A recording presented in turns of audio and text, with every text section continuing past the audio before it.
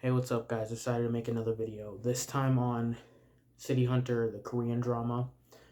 Pretty sweet box that I got. First off, I just want to talk about City Hunter in general. This is the last thing I believe that I have watched from City Hunter, except for the OVA Rio no Propose. Um, I've loved this franchise. I've had such a good time. I even got a Nicky Larson poster up there. Just recently got. I had to get him custom printed off Etsy. It's been a few days since I finished this, like maybe a week. I usually make these videos right after, but I ended up getting sick pretty soon after.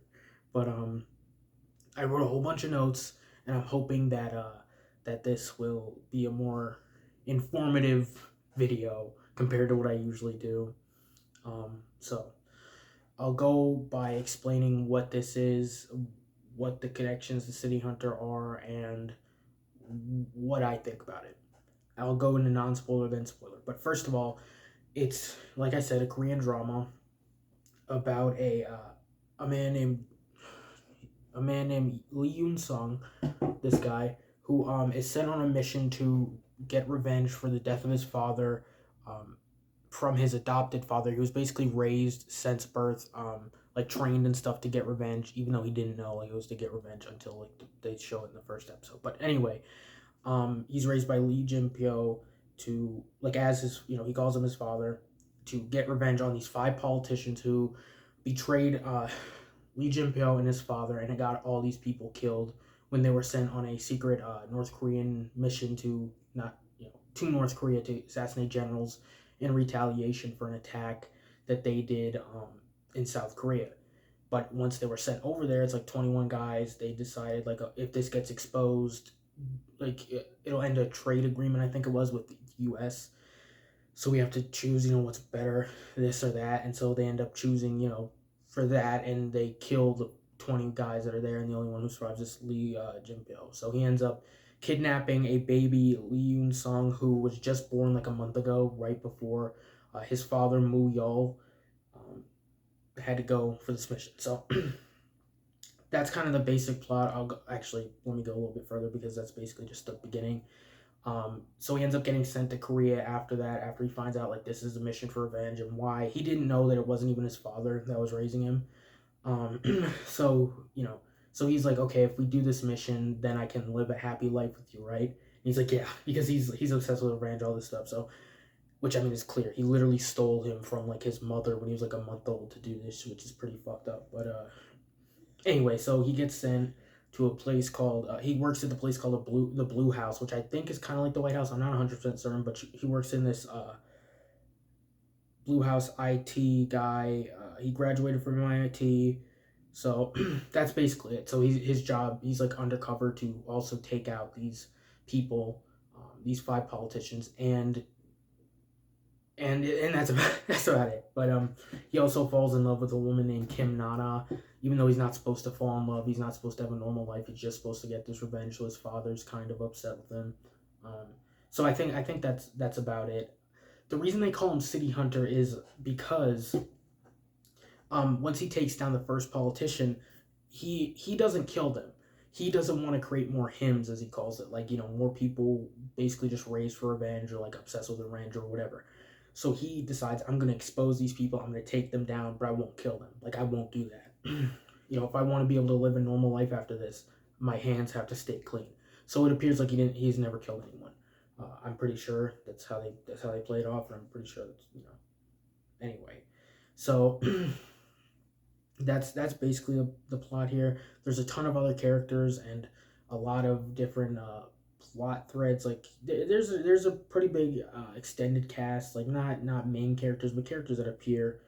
Um, so anyway, so going into it a bit more, I really like this. Let's see, I'm trying to make sure I not forget anything here. Okay, yeah. So there's the five politicians. I didn't write any of their names down because nobody really gives a shit. They're just kind of villains. Although they're all done pretty well.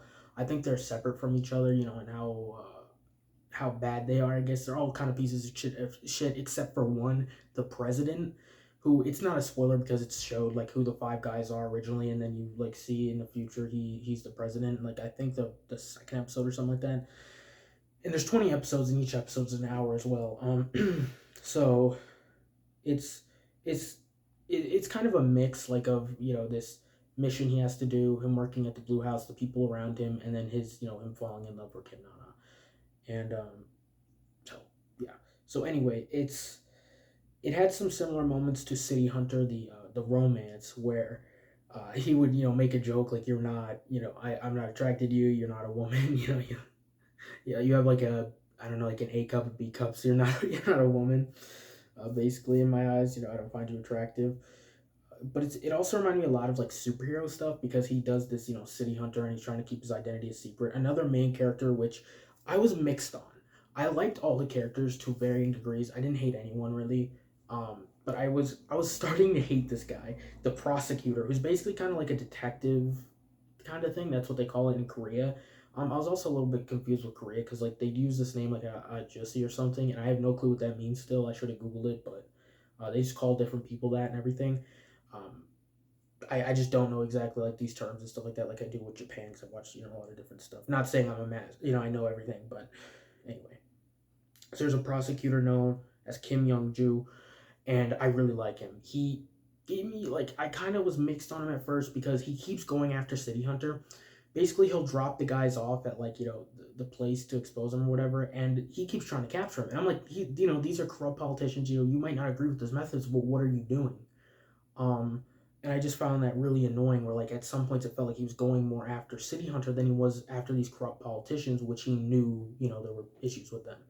So that was an issue that I had up until, kind of towards the end. But I still did like him. Talk more about other characters here. There's a Bayman Duke, who's like one of my favorite characters in this show. He's like kind of an assistant to Lee Yoon Sung. Um, he's a great character, really funny. I really like him. Just great chemistry with them, and then it's great. So there's other characters. There's Choi Dae Hee, the president's daughter, which I feel like didn't need to be a main character at all, because she doesn't really do too much to the main plot. I thought it might be to humanize the president, but the president is kind of the only one who isn't like an insane piece of shit out of the five people.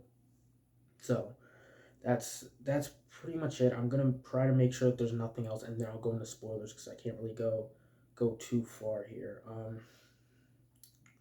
me make sure. Oh, I also thought they were gonna do a love triangle with Kim Nana and the prosecutor, and Lee Yoon Sung, but they didn't. They have a reason for why it's not what you thought it was. I don't know if that's really a spoiler. I don't really think so, but anyway. So now getting into spoilers. This show has some twists, like some big twists. I'll go like light, and then I'll go a bit heavier, but um him finding out that Lee Jin Pyo, his adopted father, he always told him that like his mother abandoned him, and he kind of, in the first episode, they kind of show, he wanted a mother, he wanted to have all this, and so I like that, he meets her, he finds out who she is early on, and he goes to her, and he like kind of is pissed off at her, because he thinks he abandoned him, but he kidnapped him from his mother, whose mother's name is Lee Kyung Hee. So that's that's her name. I wrote all this down. I'm kind of proud of it, actually.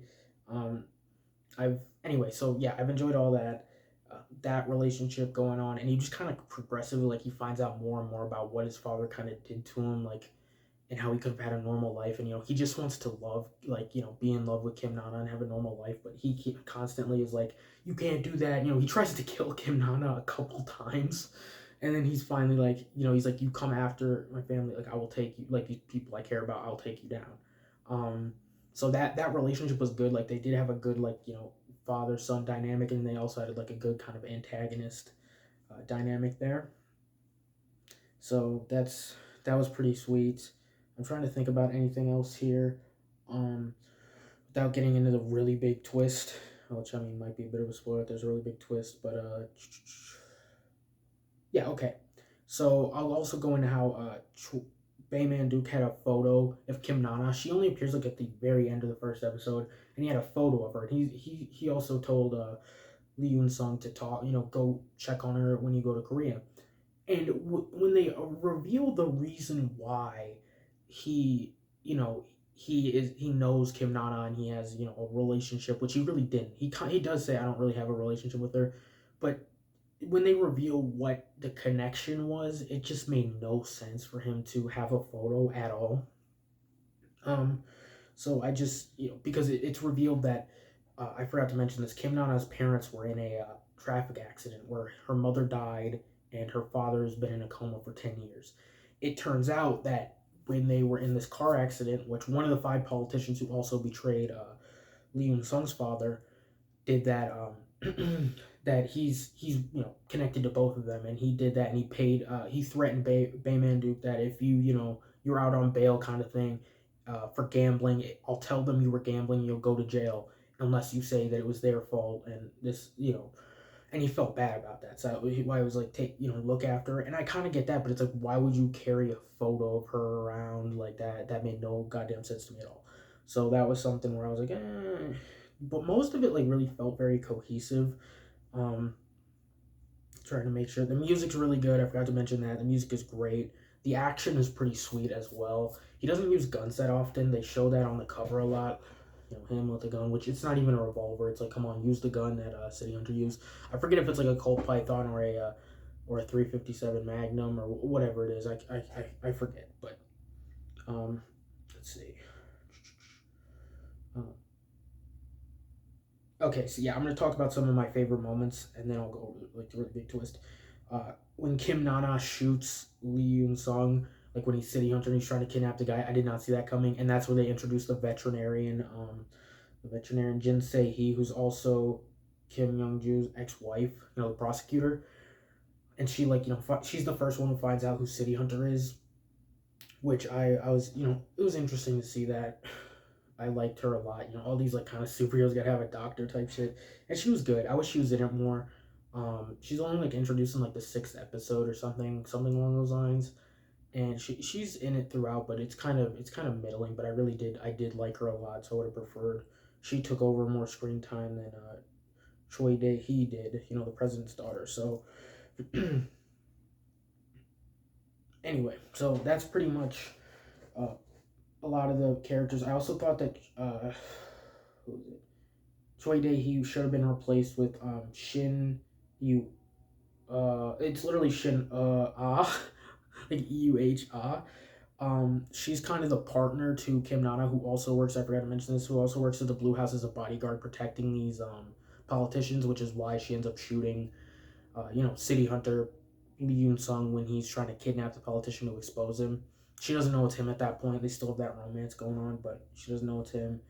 And then she ends up finding out. She kind of helps him a little bit. I wish they did that more, where she helped them out as City Hunter. They take down the guy who like put her killed her mother and put her father in a coma. But they really after that he was kind of like like I need you to back away from me. You know I can't be with you. Da da da da. And I felt like that was a way to push the relationship back, which I really didn't enjoy until it's finally like, okay, like just tell me when you're done, we can be together. And he doesn't say anything. And then it's like the next episode, she ends up getting kidnapped because one of the guys finally figures out who he is, and anyway. So then he's like, soon I can be with you soon. I can see the end of the tunnel. I really liked that. That was cool. But it was just they did the romance really hard for like the first, I don't know, 12 episodes, and then they backed off a little bit, and it was like, okay, and then they pushed forward, and then the last couple episodes they really dropped off with the romance, like to a point where I was like, what? Like Kim Nana like kind of was missing a little bit in that.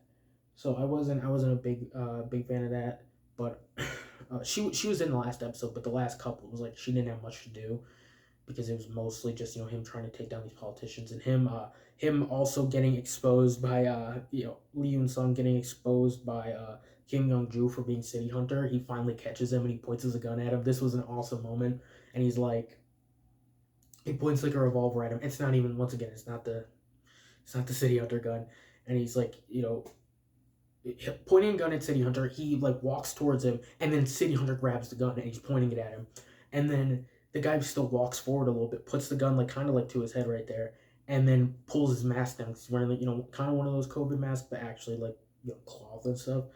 Um, and I was like, wow, that was pretty sweet. And then the episode ends like that. Some of the episodes end like with cliffhangers, and I'm like, it'll be like 4 a.m. and I'm watching this. Each episode's an hour long, and I'm watching this. There's like five discs on here, and it'll be the last episode on the disc, and I'm like, oh man, I'm really tired. And then some shit like that will happen. I'll be like, okay, I gotta continue. But so that was pretty. That was one of those moments where it ends like that. But then that's finally when he decides, like, you do things I can't do. Sometimes the law fails, which he sees that, which I do respect. I just wish that happened earlier because there's such an antagonistic relationship where he kind of knew it was Lee Yoon Sung, but he couldn't prove it. And the guy's constantly like, prove it. If I'm this guy, prove it. So I was, once again, I was mixed on him basically for that because I'm like, he's doing he's doing the right thing. He's taking these people down. And also when they have that conversation, he's like, would you be City Hunter if it wasn't to get revenge on these guys? And he's like, could you just sit by and watch? Like, it's a part of it, but it's not the reason I decided to, be City Hunter. I also can't stand to get people in danger. Like, I want to protect these people. And there was also a moment which is kind of like where I think he changed his mind about City Hunter, where he's like, he exposes one of the guys shutting down his company, which would lose like tons of jobs. The company's in like a whole bunch of debt, so he poses as like a guy to go buy the company, and he's like, you have so much debt, I'll give you this like 100 yen. It's not 100 yen. It's like, it was like that, but it wasn't yen. I forget what the money's called. To buy it, like, just gives him 100 yen because it's in so much debt, like paying for it. It's just, there's no reason to. It's just to get the guy out of the debt. And then he gives the people the jobs, like the shares, so that they own the company, and then they kind of bring it back to life. But it also reminded me of the episode of City Hunter where Ryo gets 100 yen to protect a woman from a child. A child hires him to protect this woman he cares about. I think it's like the children's artist who keeps getting harassed by these publishers. I forget, but it reminded me of that. I think that was kind of an Easter egg, but that was a really cool moment. And then it finds out, like, in the news, or like, bought with 100 yen, whatever. I'm just gonna say yen because I cannot remember for the life of me. And then he kind of realizes, like, okay, he's not just taking down these guys. He didn't have to do that. Like, that was one of the things where it was like he didn't have to do that at all. So that was something where I was like, okay, that was pretty sweet. And then they kind of get that understanding. They have that conversation, which I really liked. And I also thought that they were going to do a love triangle between Lee Yoon Sung, Kim Young Ju, and Kim Nana, but they didn't. They revealed that it's the reason he's like so invested in Kim Nana, Kim Young Ju, is because the person who put her parents in a coma and killed her mother is his father, who's also once again one of the five, which I really did end up enjoying that twist where it does end up like he's a prosecutor and he'll do justice. Like, he keeps talking to that please turn yourself in, your City Hunter's gonna get you, whatever. And he does end up kind of doing the not the father, but he ends up doing the right thing by letting City Hunter kind of do what he's gonna do. Although at that point, it's when his father gets injured and everything. Sorry if you can hear that. That's my fucking cat licking himself. I don't know if you can hear that at all, but either way. So that was a sweet moment. I don't know if I mentioned this, but a moment I also didn't like Kim Young-ju was when he almost let Kim Nana fall to her death when she gets flipped over like a balcony and City Hunter's pulling her up, Lee Yoon Sung, and he's pulling her up, but he got shot in the shoulder by Kim Nana, and his arm's bleeding, and it's like falling down his arm, and then the episode ends. That was one of them. I was like, that was a little foul to me, like where it's like he's running after the politician to do that, like even though Kim Nana is like gonna die, and he ends up pulling her up anyway. She doesn't die. There were a couple moments where in the show where I'm like, oh my god, is this person gonna die? Is this gonna happen? Is this gonna happen? And that never happens to me. On God, I always feel like, nah, nobody's gonna die. Like that, I know when they're gonna die. I know when they're not gonna die. Like, I knew when this is a big spoiler. I knew when Kim Young Ju was gonna die because they did the whole with his ex-wife, and they have this reconciliation, and he's like, we can give it another shot, and then he looks back at her and the music plays, and I'm like, oh my fucking god, this dude's dead. So that was fucking terrible, which was Jim Peel's fault. That was crazy because I didn't recognize that until he went up. Lee Yoon Sung went up to him like in the final episode and was like, his blood is on your hands. Like, you're no better than these people when you're putting innocent lives at risk for your revenge. And throughout the show, Lee Jin Peel's slowly getting worse and worse, where it's like he's doing more and more fucked up shit. Although he did do something, pretty foul. I'll get into that in a second. But that was fucking crazy because he gets a text message. Kim Young Ju gets a text message saying, like, they're at this place because Lee Jin-pyo got a text message saying, we're at this place, come here, like I said, as a trap. And so he goes there and he gets his fucking head bashed in. I was like, damn, like, and he went to, and then Lee Yoon gets there, like, as City Hunter, and he like texts him. He's like, go get the, I forget what it is. It's like the only evidence of Operation Clean Sweep, which is the, when they betrayed the 21 guys and shot them and everything. And it's like in a car about to be crushed. So it's at like a, junkyard. So he does that and then he gets there and he's dead. Like, he's dying. I was like, holy shit, that's fucking terrible. Like, and then, that was his fault. And I ended up really liking him. So it was too late for that. But another twist I gotta mention here. Now, this is the biggest one where Lee Yoon Sung, the reason I'm watching the show and I'm like, Moo Yo, like, he's your, he was your father. Why would Lee Jin-pyo take you to do all this? Like, if you're his son, that's so fucked up. Like, he wouldn't want this. Like, you're ruining his life. You're not letting him, like, do whatever he wants to do. And it's for this. And they reveal that he is the president's son. So his mother, I'm forgetting her name, but his mother, was with the president before she met Moo Yo. So I'm glad at least she didn't cheat on him or anything. And then they got married after she was already pregnant before she had the kid. So he was one of the only few people who knew that. The president didn't know that. Nobody knew that. So that was like a huge twist where, because he's saying throughout this, like, it has to be, it has to be him. It's like ultimate revenge, basically, he says. And the ultimate revenge is that his son was going to kill the president, kill him. And the president's the only one who's not all bad. He's the only one where it's like he actually cares about, his people, and he thought he was doing the right thing, but he like can't really, he never forgot about that, and he feels terrible. Which the other guys, like, nobody gives a shit that they killed all these people. They're like, okay, whatever. So that was the biggest twist where I was like, holy fucking shit, that was disgusting. But it made sense. And then, the final episode was a little ambiguous for my liking. I really didn't like that. The final scenes were pretty sweet where he he ends up he exposes the president because he says he's going to do that, and they also have a conversation where he finds out it's his son, and he's like, I'm sorry your life is like this because of me, because it is. Like, he wouldn't have been kidnapped if Moo Yo didn't get killed by him and everything like that. So it was a pretty sweet moment where he says that, but they never really have an insane conversation where it's like, I'm your son, like, talking to each other. So he exposes him, he's getting impeached, and Lee Jin-pyo isn't happy. Of course, he's like, I'm going to kill you. If you don't want anyone else to die, send away your bodyguard. So he sends him away. But Lee Yoon Sung is in there, with him. And he's pointing a gun at his head, and he's like, if I can't, if you're forcing, me to do this, I will kill myself. Like, I will make this choice. I've never had a choice, basically about any of this. And so, he's about to do that. And Kim Nana runs in, and, he ends up trying to shoot the president, and Lee Yoon Sung jumps in front of the bullet. And it looked like he got shot in the heart. I'm like, oh my fucking god, like, there's no way. I gotta skim past a little bit because I only got like 1 minute left. But then she shoots, Lee Jin-pyo, and they hold hands as they, as he dies, Lee Jin-pyo. He ends up getting shot up by a ton of other guys. He's like, I'm City Hunter, and I did this to, like, get his son free.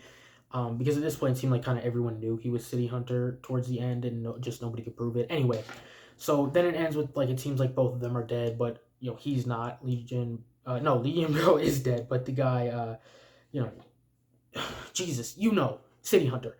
So it seemed like he faked his death, but the ending is super ambiguous, where it's like, he ends up with, Kim Nana, and they meet, and then it ends, and his mom moves to, with Bayman Duke to U.S., so it's not certain whether he keeps being City Hunter, he stays with Kim Nana, like any of that. I'm assuming, yes, he stays with Kim Nana, but he moves to the U.S. instead of being City Hunter, because they don't explicitly say that he was, like, dead or anything. Like, I don't know if he necessarily faked his death. He just didn't work at the Blue House. Sorry, I'm really skimming past here, but anyway, it was a great show. I loved it. If you like City Hunter, watch it. If you've already watched it, which I assume you have, if you got to the spoiler part, you just don't give a shit. But either way, you can watch it on Drama Cool, or you can buy this. So anyway, that's about it. Peace.